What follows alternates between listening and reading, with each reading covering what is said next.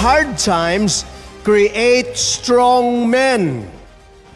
And strong men create good times. But good times create weak men, and weak men bring hard times.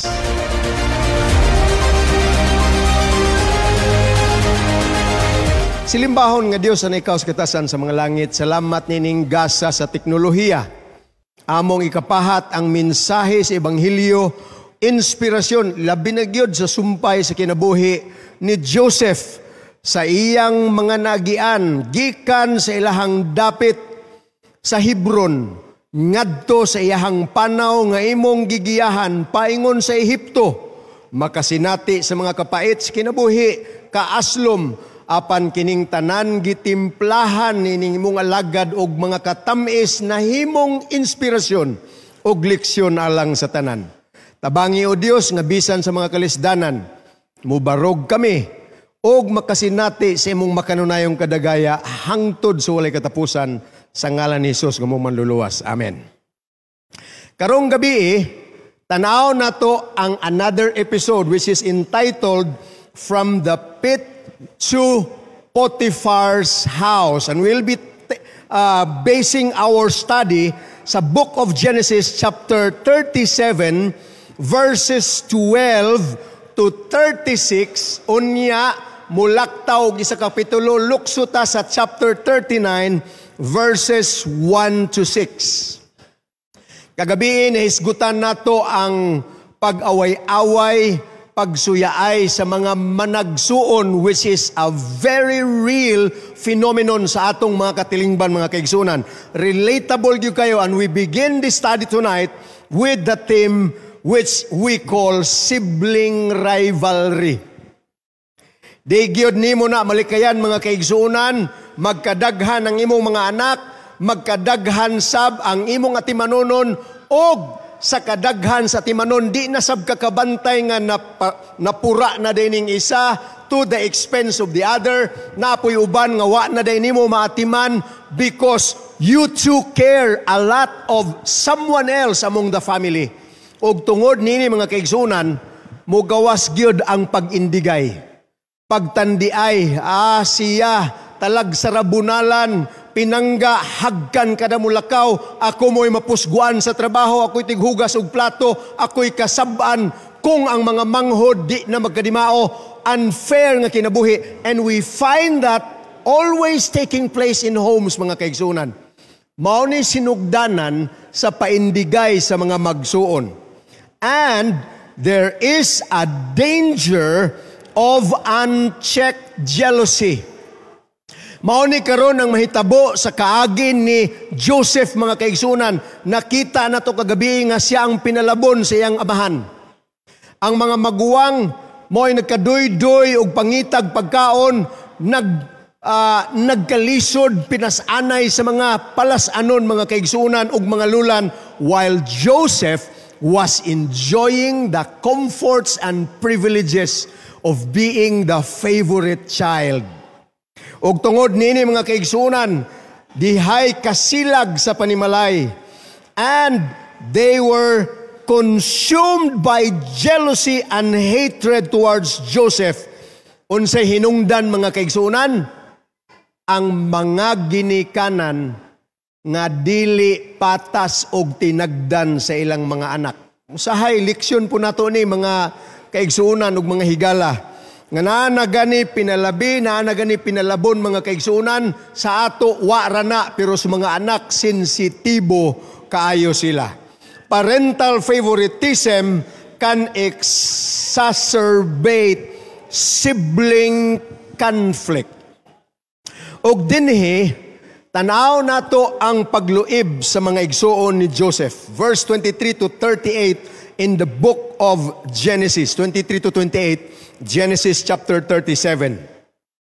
Sugda nato ni, mga kaigsuonan, nga sa kasilag sa mga igsuon ni Joseph, lakaw sila layo kayo nga panaw gikan sa ilang pinuyanan sa Hebron.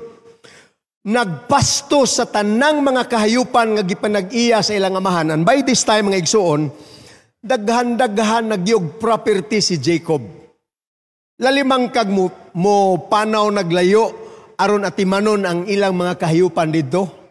Niining tungura mga kaigsunan, taod-taod na sab nga nagtrabaho gikan sa layo nga lugar ang mga anak nga magulang ni Jacob, and Jacob would like to check his older sons. Wa may laing masugo mga kaigsunan, kinsa may matahasan. Ang kamanghuran, dong, ikaw ramay ni adiri, adto asa imong maguwang didto, tanawa, dadigrasyon, balon, ug unsay modo sa ilahang paglakaw, ug pagkarga sa mga pagkaon mga kaigsunan. We do not know, that was an ancient time, but nevertheless, we know that Joseph was on his way, on a far away journey which will take not hours, kung dili inadlaw mga kaigsuunan aron moabot sa gipastuhan sa iyang mga maguwang. Naay statement din sa Patriarchs and Prophets page 210 nga nagkanayon. Kung nahibaw-an lang unta ni Jacob ang tinuod nga pagbati sa iyang mga maguwang nga anak, batok kang Joseph, dili unta niya palakwon nga mag-inusara ang iyang anak ngadtos mga maguwang. But this, tanawan niyo mga kaigsunan, maayo pong mutago sa ilahang kasilag kining mga maguwang mga kaigsunan. Wa gyud nila gipasabot samahan kay every time they attempted to let the father know nga wa sila malipay, mukonsinti man dayon ni si Jacob. Ayaw na muog tratar ining inyong manghod, inyo na lang gining daginuto ning pagpangga nako sa iya. Panarbaho mo dito, maunay gipakita ni Jacob mga kaigsunan, reason nganong wa gyud gipadayag sa mga maguwang ang ilang kasuko ni Joseph mga kaigsunan. And so we find Joseph journeying to a faraway land. Imagine, gikan sa Hebron, paingon sa Dotan o sa Shechem mga igsoon. Detalyiho na to na karon. Ang mga maguwang ni Joseph, nagpasto, nagatiman sa mga karniro sa mga dapit nga gitawag og Shechem, and then eventually Dotan. Siguro, nahurot na ang lunhaw nga mga sibsibanan sa Shechem mga kaigsunan, namalhin sila Dotan. And these are two very significant places nga angayan natong kuwaag kahulugan mga kaigsunan. Unsa man ning Shechem? Well, imanin ninyo ni, very interesting names. Ang Shechem mga kaigsunan, unas tanan, is the place where God first appeared to Abraham after he entered the promised land. Gitawag si Abraham sa Dios gikan sa Ur sa mga kalyanhon mga kaigsunan, og mulalin kay gitawag siya ingon nga katawhang pinili ngadto sa yuta sa saad. When Abraham together with his wife and family nga gamay niining tungura mga kaigsunan pag-abot gyud sa yuta sa saad, it was in Shechem that God appeared again to Abraham. First time didto sa yuta sa saad mga kaigsunan. And aside from that, this is also where Jacob settled after returning with his estranged brother Esau. Nakahibaw man ta mga kaigsunan, nga gikan sa yuta sa saad, milangyaw si Jacob alang siyang kinabuhi, gumikan kay may atraso siya sa iyang kaluha sa diha nga iyang gidawat ang birthright gikan sa iyahang guwang na kay nga amahan nga si Isaac. So dugay silang wa magkita siyang igsoon, niabot na siya dito siyang ugangan, nakaasawa na siyang duha, nakaanak na siyang 11, usa ka anak nga babae mga kaigsunan, and it was about this time that Jacob went home to the promised land. Pagtagbo gyud nila sa iyahang igsuon nga kaluha mga kaigsunan nga dugay siya nagbuwag, this is where Jacob right away settled human niining ilang panagtagbo ni Esau upon his return from Padan Aram. That is Shechem. Another significant event taking place in Shechem, mga kaigsunan. Kung atong mahinumduman, niining panahona, adunay usap pa lamang ka anak nga babae, si Jacob, in the name of Dinah. Si Dinah, mga kaigsunan, protected as she was in the family, naibog si Shechem, mga kaigsunan, which is also the name of the place nga iyahang gipuy-an, og sa iyang kaibog, mga kaigsunan, iyang gitampalas ang kaputli ni Dinah. Well, that's very normal theme in scriptures, mga kaigsunan. Isulti gining ingun-ani nga mga panghitabo, bisan dili unta ang ngayang mahitabo, but this is life in its purest real sense, mga kaigsunan. So ang nahitabo diri karon, human nga gitampala si Dinah ang ikaduhang kamagwangang anak si Simeon ug ang ikatulo nga si Levi, mga kaigsunan, sa ilang laraw nga manimalos sa panimalay ni Shechem, mga kaigsunan. Ni counter offer sila kay mga asawa na magidunta si Shechem ni Dinah, niingon ning mga maguwang nga gustong makabalos. Kay ila namang gihugaw-hugawan ng panimalay, ingon siya, well, maayo kay ng inyong intensyon nga mga asawa mo sa mong manghod, pero usara kay kondisyon. Dawaton mo namo, pero gumikan kay dili man mo mga Hebruhanon, awaton ninyo ang among kultura nga mga Hebruhanon nga magpasirkonsisyon. Kamong tanan nga mga laki, magpatuli mo. This is Bible story, mga kaigsunan. Nisugot si Shechem ug ang tanang mga lalaki, mga igsoon, nagpatuli silang tanan niya ng adlaw. And kay bawo naman tag unsay mahitabo, wa pay mga antibiotic, wa pay hunad-hunad kani atong panahon na duha or tulo ka adlaw human nagpatuli ang tanang mga lalaki, mga kaigsunan, nagkaangkaang gipanghubagan, dili kasukol bisag sumbagay, gihurot og pamatay ni Simeon og ni Levi. That's the name of the place. Ug dako kay ni nga isyu sa panimalay ni Jacob, mga kaigsunan, kay syaro na lang gyud, di na lang gyud ay pwede nga istoryahan ang arrangements, mga igsoon, between people to another group of people, mga kaigsunan. And lastly, the significance of the place Shechem is this is where Joseph in the future, pagkatiguang na ni Joseph, mga kaigsuunan, namatay siya, ang iyang mga bukog after siya gilubong pila ka tuig ang milabay, ilang gitigo, mga kaigsuunan, og sumala sa iyahang panugon-tugon. Gidangad to sa Shechem kay didto gilubong ang mga bukog ni Joseph, mga kaigsuunan. And this is also where the brothers of Joseph, gipangita ni Joseph, mga kaigsunan, nining lugara, pero wa niya makaplagi ang iyang mga maguwang kay namalhin sa dotan. Now, ngaritas dotan, mga kaigsunan, unsa man puning dotan? We have already discussed Shechem, ngadto na sabta sa dotan, mga igsoon.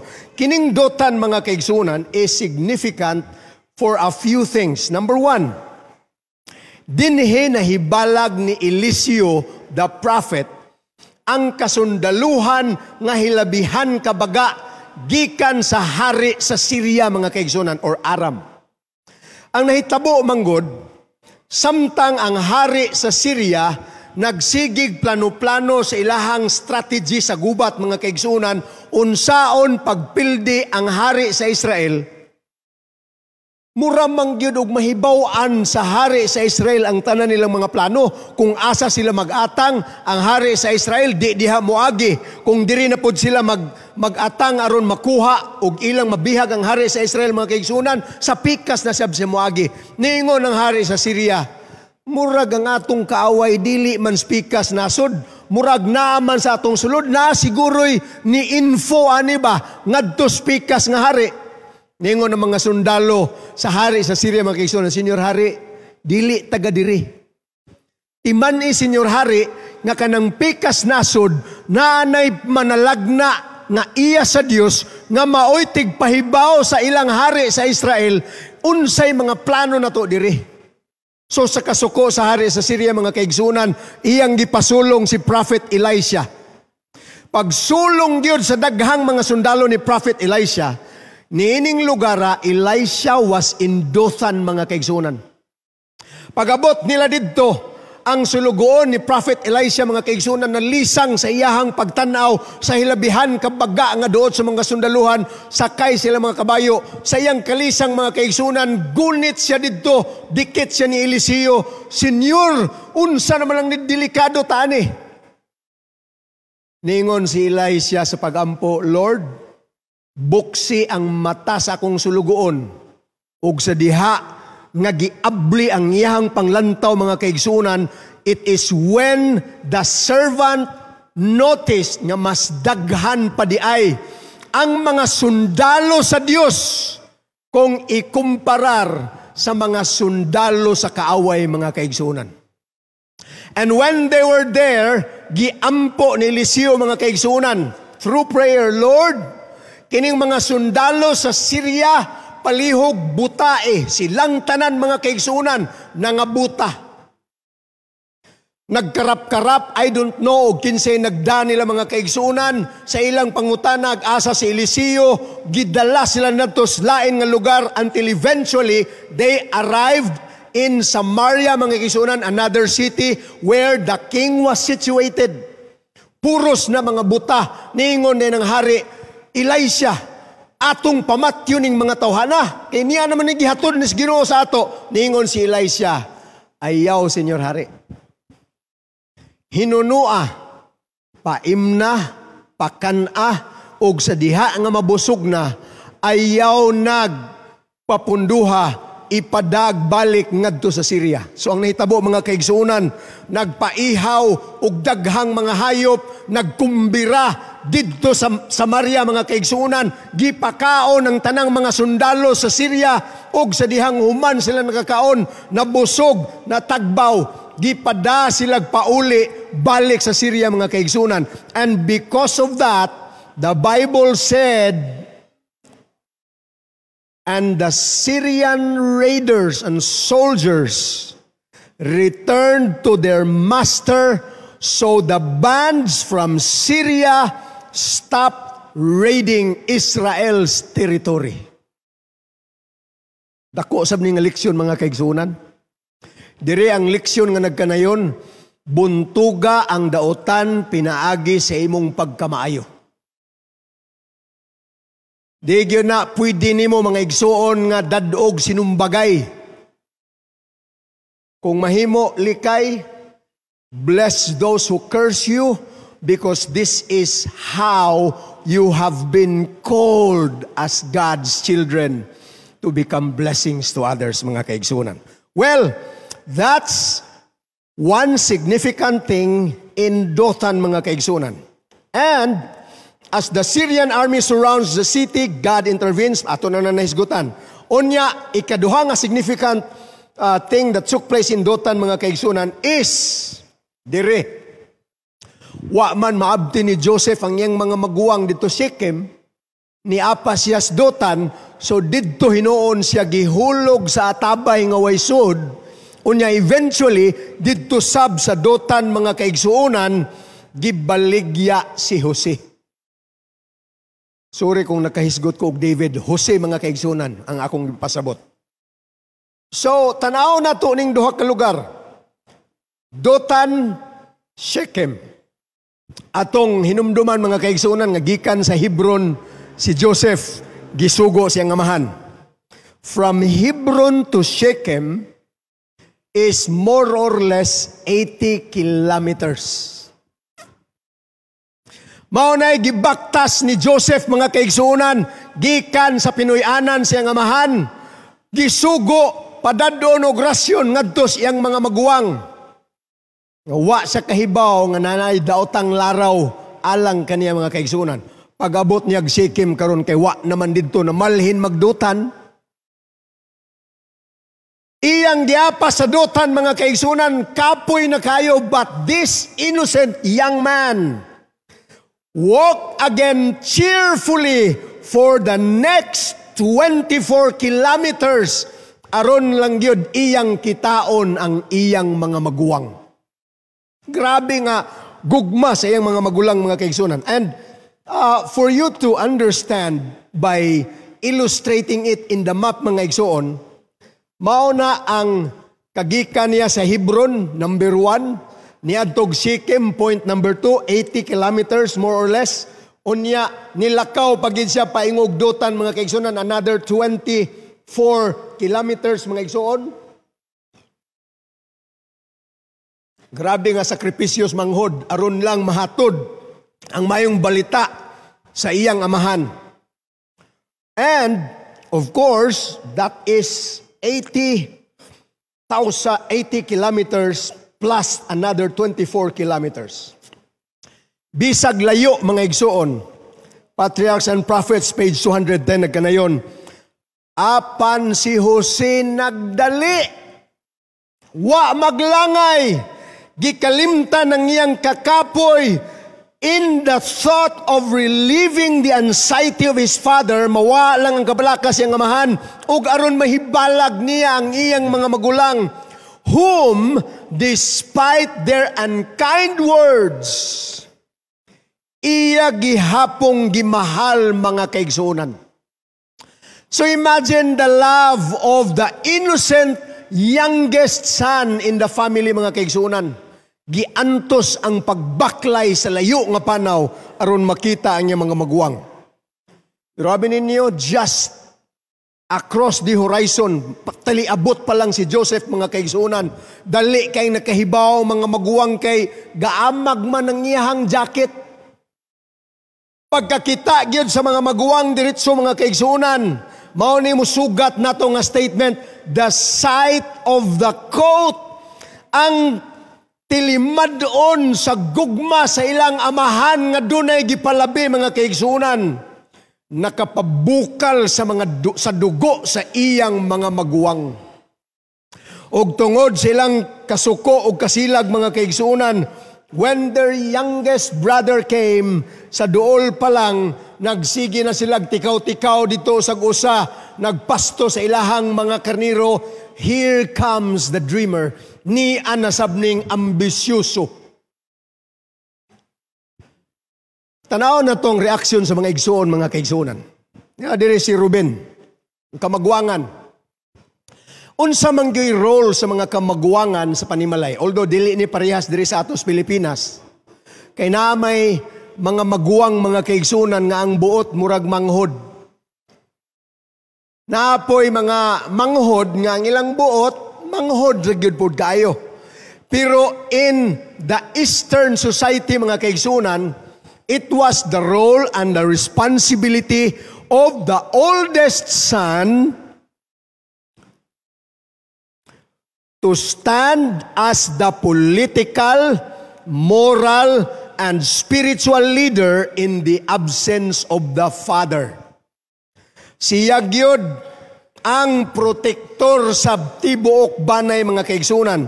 And also, the firstborn son gets to receive a double portion of the inheritance. Paunsa man na kwintahon ng double portion sa inheritance? Hunani, mga kaigsuonan. Pananglit, na ako'y 5 ka anak, unya na ako'y 1 ka hektarya nga yuta, ang bahin ana, mga kaigsuonan, dili na bahinon ngadtos 5 ang akong 1 ka hektaryang yuta. Unsaon man pagbahin nila? Kung 5 ang akong anak, ang akong 1 ka hektarya, mga kaigsuonan, bahinon ako sa unom, kayang kamaguwangan mao'y modawat og 2 ka pilo nga bahin. Mao na gitawag nila double portion of inheritance, mga kaigsuonan. Apan niining tungura, kung imong subayon ang panimalay ni Jacob, mga kaigsuonan, it was not Reuben who received the double portion of an inheritance, kundili gihatag ni Joseph ato man ang makaber sa musunod pa nga mga titulo, mga kaigsuonan. Kay nganuman, si Joseph uban ang iyang 2 ka anak, sa diha nga nagkita silang utro sa iyang amahan, gideklarar ni Jacob nga ang iyang panulundon nga para kang Joseph, iyang dublihon para sa iyang 2 ka anak nga si Manase ug si Ephraim, mga kaigsuonan. And this is all about the inheritance in the family. So muna si Ruben. So as the oldest son, mga kaigsuonan, It was his responsibility to protect the clan. Sa diha nga nagistoryahay ang mga igsuon nga patyo nilang ilang manghod. Manghod nga ambisyoso nga maoy nagdagdimal og kalisod sa ilang kinabuhi mga kaigsuonan. Si Ruben mo'y niingon, ayaw na ninyog buhata. Kung gusto mo, ato lang nang ibutang diri sa tabay nga way sulod, ato lang nang patagmo ng bataang ambisyoso.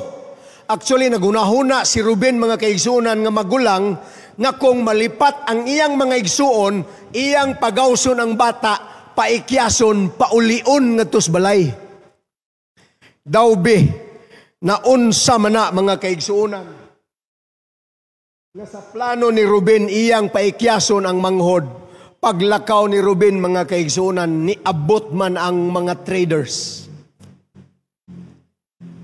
So gidesisyonan ni Judah, ang ilang ikaupat nga igsuon, nga ibaligya sa mga traders paingon sa Ehipto mga kaigsuonan. So nahalin gyud si Joseph, ingon nga ulipon, o pagbalik ni Ruben, pagdungaw niya sa tabay mga kaigsuonan, wa ng bata dito. Pagkahibaw niya, asa si Joseph gidala, niingon naman ang mga igsuon nga tuwa na, layo nagnaabtan to, wa na'y mahimo si Ruben mga kaigsuonan. So on the next part of the story ni ining mga magsuon nga anak ni Jacob mga kaigsuonan was a total lie for the next 13 years. Hangtod nga ilang mahibawan, iwa naman ginalaigdungog si Joseph mga kaigsuonan. Nahibawan lang nila later nga maayo na rin kinabuhi silang manghod pag abot dito si Ehipto, although dili sayon. So Joseph was sold into slavery mga kaigsuonan. Gibaligya. Kuwao na to ning kahulugan ni ining gahong atabay. Unsa man gyud significance sa pulong atabay sa Biblia mga kaigsuonan? Number 1, it means danger and despair. Sama sa kahimtang ni Joseph, gihulog sa gahong mga kaigsuonan, na miligro niyang kinabuhi, gikuha siya balik siyang mga maguwang, abin niya luwason siya mga igsuon, pero gibaligya raday siya gihapon. That is one symbol of the brothers' betrayal and the perilous situation nga giatubang ni Jose mga kaigsuonan. Another symbol of gahong is judgment and punishment. Nagkahulugan kini sa pagkastigo sa Dios sa iyang masinupilon nga mga katawhan, sama na lang sa nahitabo didto sa panahon sa kamingawan sa kaliwatan ni Kura og sa iyang mga sumusunod sa diha nga nagrebuilde sila sa Dios. Naabli ang yuta mga kaigsuonan nga nahimong daw gahong o gipanglamoy ang tanang mga rebuilde ni atong tungura. And of course, if we go farther to the New Testament, in the book of Revelation chapter 20 mga kaigsuonan, naay gihulagway diha nga gitawag og bottomless pit. Lungag nga walay kinutuban and is a symbol of the banishment of Satan for 1,000 years atol sa panahon sa bakasyon sa mga balaan sa Dios. Human nga mobalik ang Ginoo didto sa langit mga kaigsuonan. That is a symbol of judgment and punishment. Now, karon, dirita mga kaigsuonan sa namalit, nagpalit ni Joseph. Naiduha diri ka mga ngalan nga interchangeably gigamit mga kaigsuonan. Naghisgot primero mga Midianite, unya pagkataod-taod ang nibit-bit ni Joseph nga nagpalit ang mga Ishmaelites mga kaigsuonan. Actually, usaragid ni sila nga kaliwat, puros ra ni mga anak ni Abraham. Ang mga Ishmaelites, anak ni Abraham, pinaagi kang Hagar nga mao si Ismael. Ang mga Midianites mga kaigsuonan, anak gihapon ni Abraham, pinaagi kang Ketura nga nanganak sila o ginganlan og si Midian Og mauni ang kaliwatan sa mga Midianites. Silang tanan, puros mga negosyante, mga kaigsuonan, mo nilang trabaho. They are traveling by caravan, latas sa Ehipto, sa desierto, mga kaigsuonan, tabok-tabok ko nila, gikan sa Gilead, paingon sa Dutan, paingon nga to sa Ehipto, and they will take that route. Ug mauni ang gibaligyaan sa mga maguwang ni Joseph. Kay bao ba mo og pilay baligya nila ni Joseph, mga kaigsuonan? Dang pahinungod ra gyud. Only 20 pieces of silver. Nga kon sa karong panahon na, mga kaigsuonan, would amount to more or less $200, which is in Philippine equivalent na aras mga 11,000. Nganong 11,000 ra ang baligyan ni Joseph, gumikan kay ni adtong panahon na, mauna ang presyo sa usa ka ulipon. So Joseph was sold as a slave. Ug mao niyang nakalisod, mga kaigsuonan, kay si Joseph di nagyud pwedeng malikay ni adto nga kahimtang. Nganuman, matod pas magsusulat Patriarchs and Prophets page 211, if Joseph were spared, kung pananglit wa siya gidayon og baligya, kung pananglit ilang tipigan ang kinabuhi ni Joseph, unya nakauli, patay gyud ang mga maguwang kay mutug-an man to sa amahan. Unya ang amahan nga nanay iyahang kaugalingon nga bias, mga kaigsuonan, pangkasabaan way swerte. Ambot lang og unsay mahitabo sa mga maguwang nga gitampalas ang iyahang paboritong anak, mga kaigsuonan. So di gyud mahitabo nga ilang luwason si Joseph. And stealing their hearts. Mo ni ang nakapait, mga kaigsuonan. Nagpagahi na lang gyud ang mga maguwang sa ilahang gibati, mga igsuon, murag emosyonal sila nga mulakaw ang ilang manghod, pero ilan na lang yung gipasinungtan ng ilahang kabalaka o kaguol o kamingaw, mga kaigsuonan. So ilan na lang yung gipadayunan, and they delivered him into the hands of the heathen traders. And as soon as the transaction was paid, the caravan moved on and was soon lost to view. Nalayo na si Joseph, mga kaigsuonan, and it would take more or less 2 weeks gikan didto sa Dotan, mga kaigsuonan, ngadto sa Ehipto. And they would travel a rate of more or less 30 kilometers per day. Kay magsakay lang sa kamilyo, ang usa ka adlaw pinakalayo na ng 30 kilometros, mga kaigsuonan, taliwala sa desierto, dili sa yun nga kaagi.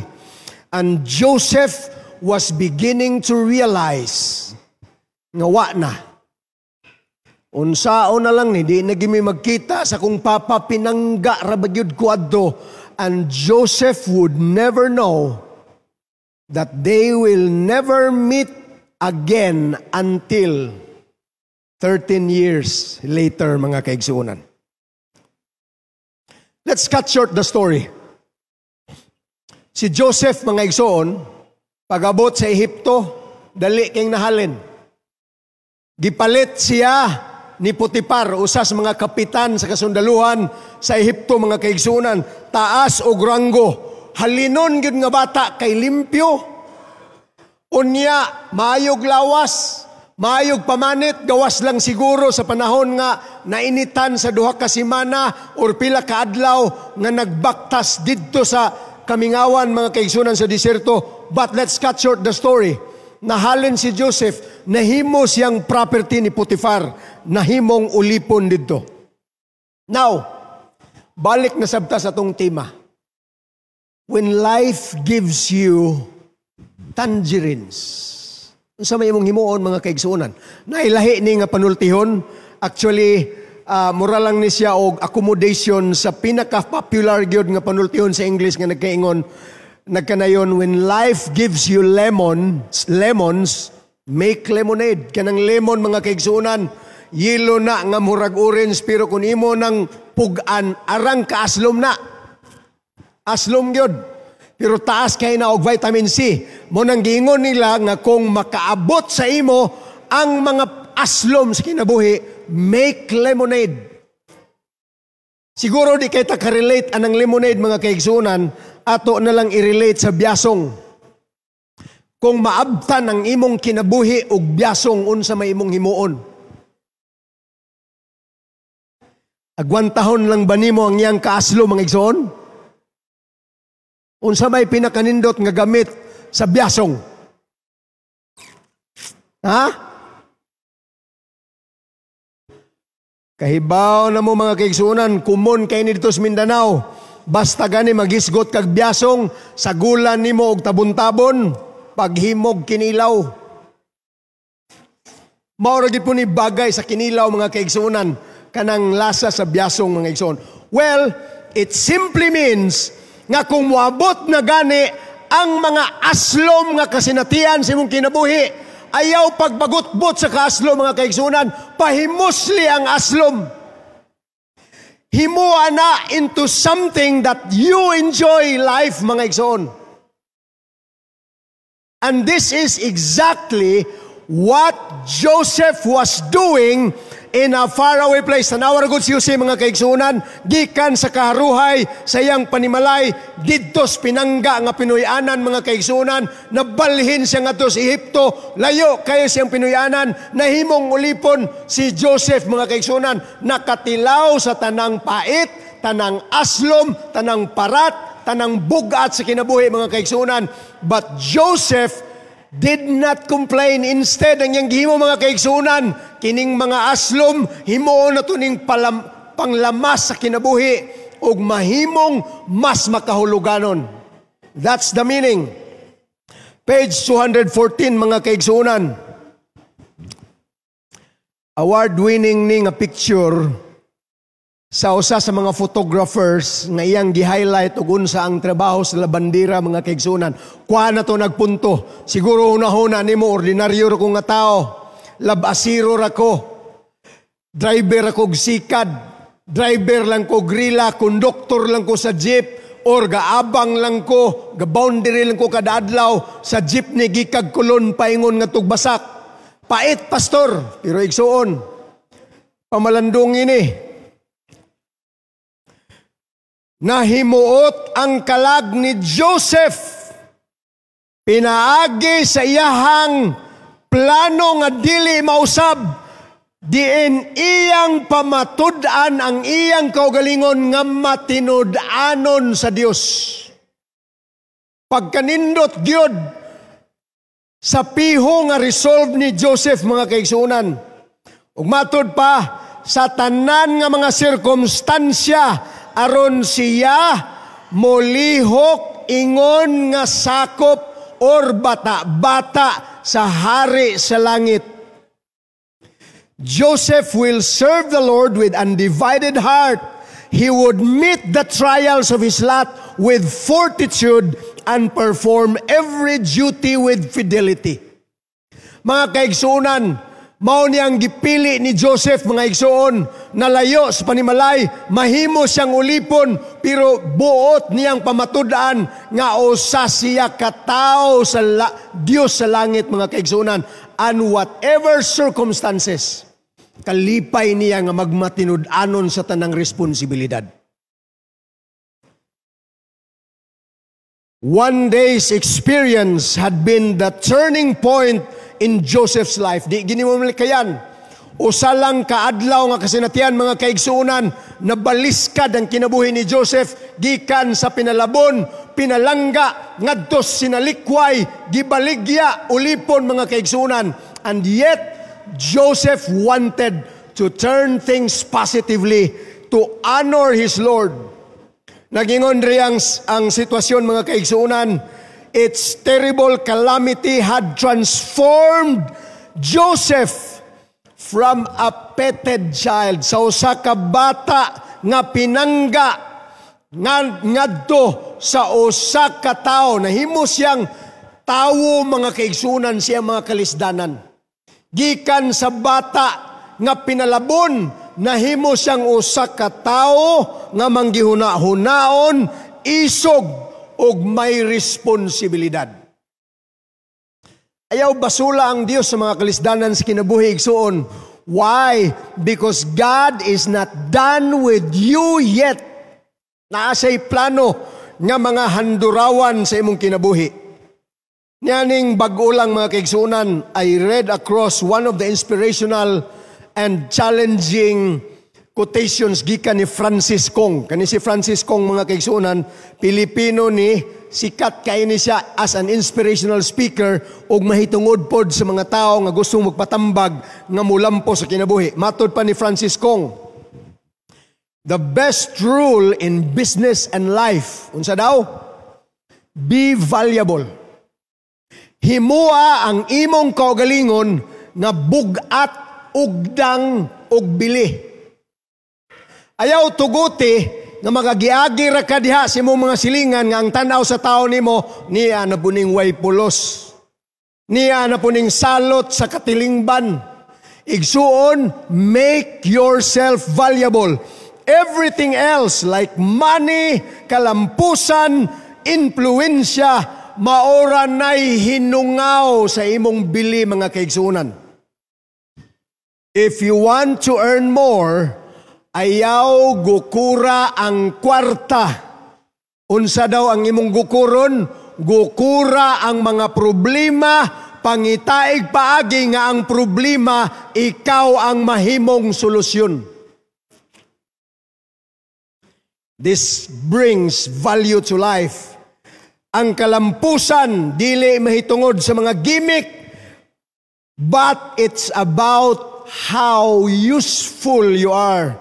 Mapuslanon ka gani, makaingon ka, lampos ka nga klase sa pagkatao. Pangutan na ang imong kaugalingon, did I make someone's life easier? Nahimo bang sayon ang kinabuhi sa akong ginikanan? Nahimo bang malipayon ang kinabuhi sa akong silingan? Nahimo bang makalingaw ang akong amot sa akong gitrabahuan? Nahimo bang mas makahuluganon ang akong katilingban gumikan sa akong pagkaanaa karong adlaw? If the answer is yes, ang imong mga ganti mao nay mugukod nimo, mao'y mosunod nimo, dili tungod kay giswerte ka, kundili gumikan kay ang imong kinabuhi nakatandog sa kinabuhi sa uban. That's life mga kaigsunan, bisag asa ka ibutang sa Dios. Siguro ang imong pahat puros lang tangerines, puros aslom wa gitamis, but igsuon, this might be your training ground.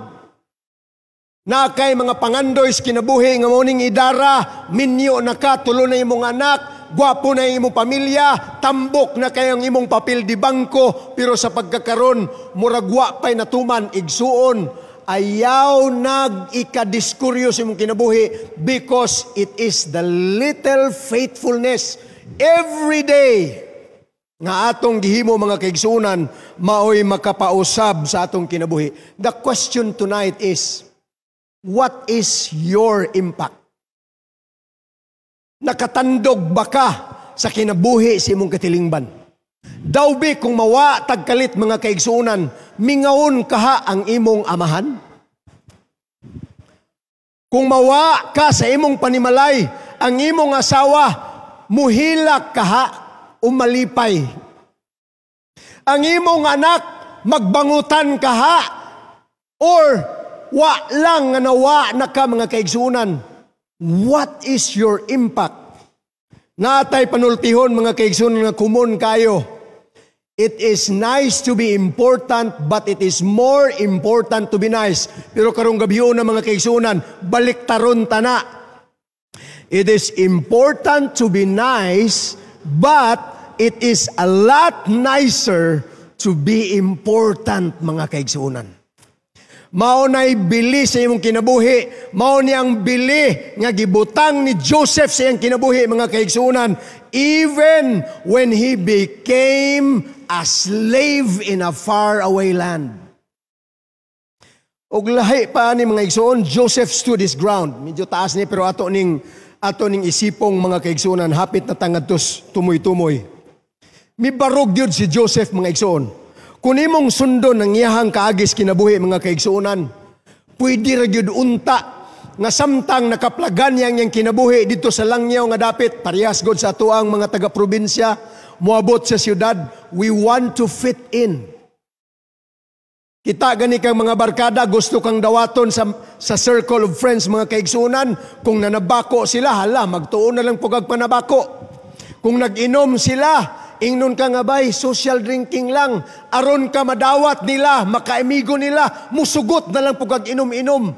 Mga kaigsuonan, this is not what Joseph did so that he will fit in. Instead, mga igsoon, ang gihimo ni Jose, mibarog, naghatag og kalainan sa katilingban diin siya karon o sa kabag-ong lumulupyo. He was not ashamed of the religion of his fathers, and he made no effort to hide the fact that he was a worshiper of Jehovah. Ngano kaha no nga ang uban sa ato kamo diha mga batan-on. Pag adto na gani sa university, labi nagwa tay mailhan nga mga Adventistas palibot, di na lang puta magsaba nga Kristohanon di ay ta. Mulunang na lang butas kinabuhi sa siyudad. Young people, look at the life of Joseph mga kaigsuonan. Ang kinabuhi ni Jose, usa ka dakong panigingnan. Ako ilustrasyon mga kaigsuonan. Many years ago, 15 years, maybe more or less, didto kos bayog mga igsuon, nagwali og sama ani, evangelistic. Hinggawas ang resulta sa licensures exam for teacher. Karon ang usa sa mga batan-on nga didto nagtabang sa crusade mga kaigsuonan, nakapasarman. Di, pirting lipaya kayo sa mga batan-on nga naa sila'y kauban nga batan-on nga ni pasar. Pagkahibaw na kung makisunan, mura ko og nahinangop. Ingong kuwa man diri karon ang nakapasar. Pwede ko ni mo tagaag number kay ko congrats. Ya pastor, mao ni number. Tawagi. Sawa pa nako tawagi mga kaigsunan. Nakahuna-huna bitaw kog hinanggaw ing ko ako ning komedyahan. Atong adlaw, Huwebes. Ingko hello, tubag siya. Yes, apparent mga kaigsunan nga, medyo wa pa siya ka-contain kay siguro mo pa'y pagkahibaw niya nga nakapasar siya sa board exam for teachers. Ingong ko, ma'am, congratulations. Ingong siya, hello, sir, salamat, kinsa ning nanawag. Ingong ko, ma'am, DepEd ni. Ingong siya, uy, yes sir, unsa may ato. Ingong ko, ma'am, among gitanaw ang tanang mga nakapasar dinhi sa Sibugay, nangita mi og parehas ni mog major. Amo kang gipili, ma'am, nga maoy among kuhaon item diretso. Ingon siya mo ba, sir? Pagkanindot ba na nga privilege? Dayon, sir, unsa may kong himo? Ingon ko, ma'am, report ka din sa division office karong Sabado. Ingon siya, hala, sir, wa man siya magduha-duha mga kaigsuonan. Ingon siya, hala, sir, sorry, sir. Kung ano man, ma'am, si problema. Ingon siya, Adventista ra ba ko, sir? Ingon ko, daw, karon og Adventista di kaon sa may naa. Sir, dili man mi pwede og Sabado, sir, kay musimba man mi. Ingon ko sa iyaha, na, magpili ka, ma'am. Ikaw ra ba gyud ang among nadesisyonan nga mao imong kwaon kay imong major mao ni unya imong rating mao ni ikaw ra gyud kandidato. Ug di ka mo dawat, ma'am, na narana nimo. Ingon sa, sir, mahimo ba, sir, nga sa lahi na lang nga adlaw? Ingon ko, bitaw, ma'am, si Pastor Buscato ni. Ingon siya, laina nimo, pastor, oy. Dobi pastor, og niingon ko nga mo adto ko. Ikaw kahibaw ko, nga mo barog kagyod. Ginagmay nga mga pagsulay og tentasyon sa kinabuhi mga kaigsuonan. And here comes Joseph, ugmang gabi, ugmas gabi mas bugat ni nga tentasyon ang niagi. Giunsa niya pagbarog mga kaigsuonan. Ato ng tanahon. Well, the verse of Genesis 39:2, nagkanayon mga kaigsuonan, si Hiuba nagpakiguban kang Jose og tungod niini mas nilambo ang batan-on. Imagino nimo mga kaigsuonan, dili nimo igsapayan bahalag supak sa prinsipyos katilingban, barog lang gyud sa mga prinsipyo sa Dios. And he lived in the house of his Egyptian master. Mao ni ang nahimong kaagi ni Joseph, mga kaigsunan, giubanan siya sa Dios bisan sa layo nga dapit. This is another point. Never Joseph that he got stuck with what ifs. Siguro kung kita'y makasinati pos mga kapait, mga kaigsunan, magsigi po siguro tagunahuna, pastilano, gwa ko madadire. Pastilano, gwa ko kaagi ani nga kalisod, kahayahay na lang yun kinabuhi. Katung ako yung mga maguwang, mao gito'y nagdagdimal. Ug di pud siguro to masuko ang akong mga maguwang kung dili pa ingon ana ka mapihigon ang akong amahan unsa man guni si Papa gudoy nga ako ra man gipirmi iyahang paborito di nasuko silang kuya sa ako. Wa gyud na moabot sa hunahuna ni Joseph, mga kaigsunan. Instead, he took control of his present. He became very responsible sa iyang kahimtang, mga kaigsunan. Kaya ano man, alang kang Joseph, mga igsuon, kung ang Dios mao'y uban nimo, you will never be the victim. Dili gyud ka biktima, mga kaigsunan, bisag unsa pay sirkumstansya. Kung anak ka sa Dios, kung tao ka sa Dios, igsuon, magsirkubalintong mga kalibutan, dili gyud ikaw ang biktima. You are just a player of the role nga gihatag sa Dios sa imo. Lukso ta sa sunod nga bersikulo, mga kaigsunan. Gikan sa panahon nga gihimo siyang katiwala sa Pinoy-anan ni Potifar. Unsay nahitabo, mga kaigsunan?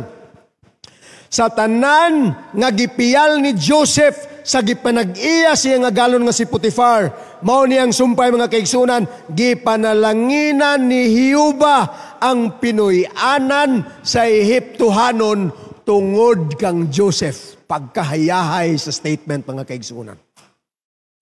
Kung imon gani nimong panalangin ang imong kaugalingon, makapuyo kag laing balay, makatrabaho kag lahi nga kumpanya, kanang kumpanyaha, kanang balaya, kani nga eskwelahan, kanang nga hospital, kani nga opisina, mabulahan ni gumikan kay nagtrabaho ka nga matinud-anon nga tao sa Dios.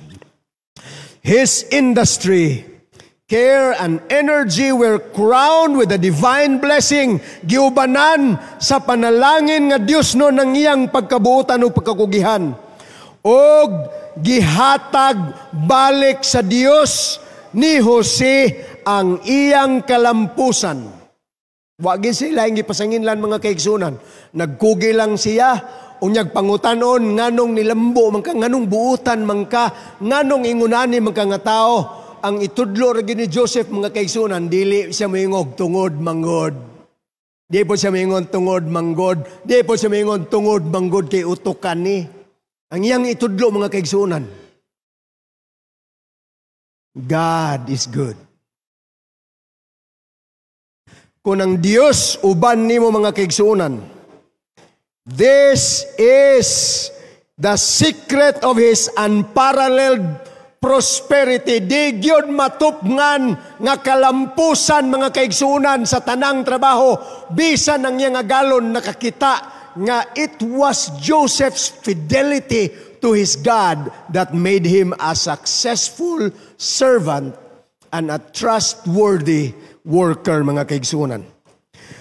Tuyo sa Dios nga diha sa kaputli og sa pagkamatarong sa magtutuo sa usa ka tawo diha sa Dios that should appear in marked contrast to the worshipers of idols. Kung mulampos ka nga matinud-anon nga tao sa Dios, mga kaigsunan, kahimuot na sa Ginoo nga mahimo kang panig-ingnan sa mga taong way Dios nga gialagaran. God wants to bless His faithful people. Sipungo na to ni. Naay mga panahon nga murag mo surrender na ka sa imong kinabuhi. Hinumdumi kanunay nga ang Dios may plano alang kanimo. Ang Dios may katuyuan sa imong kinabuhi. Kana bitaw murag, Lord, di na nako ni kaya. Hold on. God has a plan and a purpose for your life. Ug buot niya nga mubakod ikaw, latas niining mga kalisdanan, latas niining mga tangerines, aron pasidunggan ang iyang gingharian mga kaigsunan. Tinuod, naay mga panahon nga mapukan ka, bakod.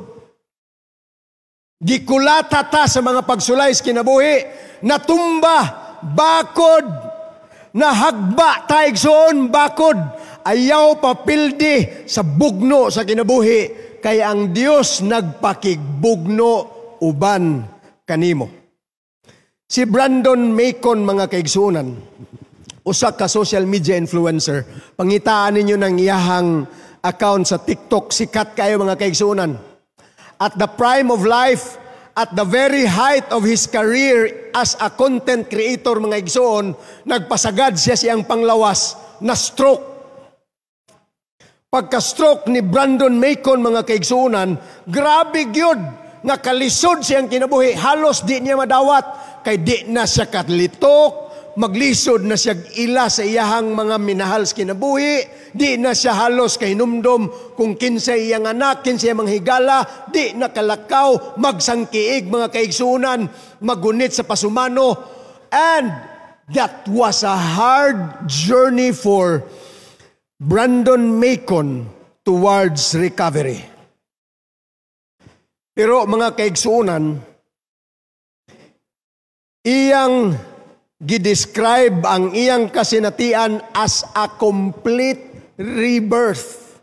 Dili sa yun ang mahibalik sa normal mga kaigsuunan. And yet, Brandon Macon used the quote to reflect the transformative process nga kung unsa daw ang daw katapusan sa kinabuhi mga kaigsuunan, maura di ay ang usa ka binhi alang sa bag-o nga kasinatian. Matod pa ni Brandon Macon mga kaigsuunan, human siya nga nag-struggle, nangita siya pinakamayo nga therapist, na ningkamot siya by willpower mga kaigsunan, nga mabalik siya ngadto sa iyang hingpit nga kahimsog ug nahimo siyang positibong influensya. Matod pa niya mga kaigsunan, nagtuo sila nga ila na kong gilubong, but they never knew I was a seed. Nagdahom ang mga tao nga ila natang gilubong sa yuta mga kaigsunan ng wa nila mamatikdi, mga liso di ay ta, mga binhi di ay ta nga kung ilubong mga kaigsunan. Mugitib, muturok, ug matod pa niya, sudunga ko ninyo nga mutubo mga kaigsunan. And that is just what life is all about. Sama kang Joseph mga kaigsunan, siguro lubong ta sa gahong mga kaigsunan, and yet as a seed we must be buried before it grows into a tree. Ang imong kasamtangan nga kapait karon mga kaigsunan may be the soil where God is growing your purpose. Tanawa ang katuyuan sa Dios. Dili ka mugitib ingon nga liso kung di ka ilubong. Di ta kailag unsay tamis ug wa ta katilaw ug unsay pait mga kaigsunan. Life is just like that. Di po ta kahibaw ug unsay hayahay ug wa ta kaagig kalisod. And lastly, kung wa kay hanaw ug unsa ang impierno, di sabta mangandoy ug langit mga kaigsunan. All our experiences are just but part of life. Wa ni nagpasabot nga kinahanglan nimong tilawan ang tanan, pero sa kadaghan sa imong nagyan igsoon, tilimadon lang ning tanan, nga layo na di ay tag naabtan. And in closing, when life gives you tangerines, just look how far you've come. Layo na tag naabtan igsoon. Akong hangyo ng tanan nga mubarog alang sa pagtakop, pinaagi sa pagampo. Silimbahon nga Dios dalaygon ikaw.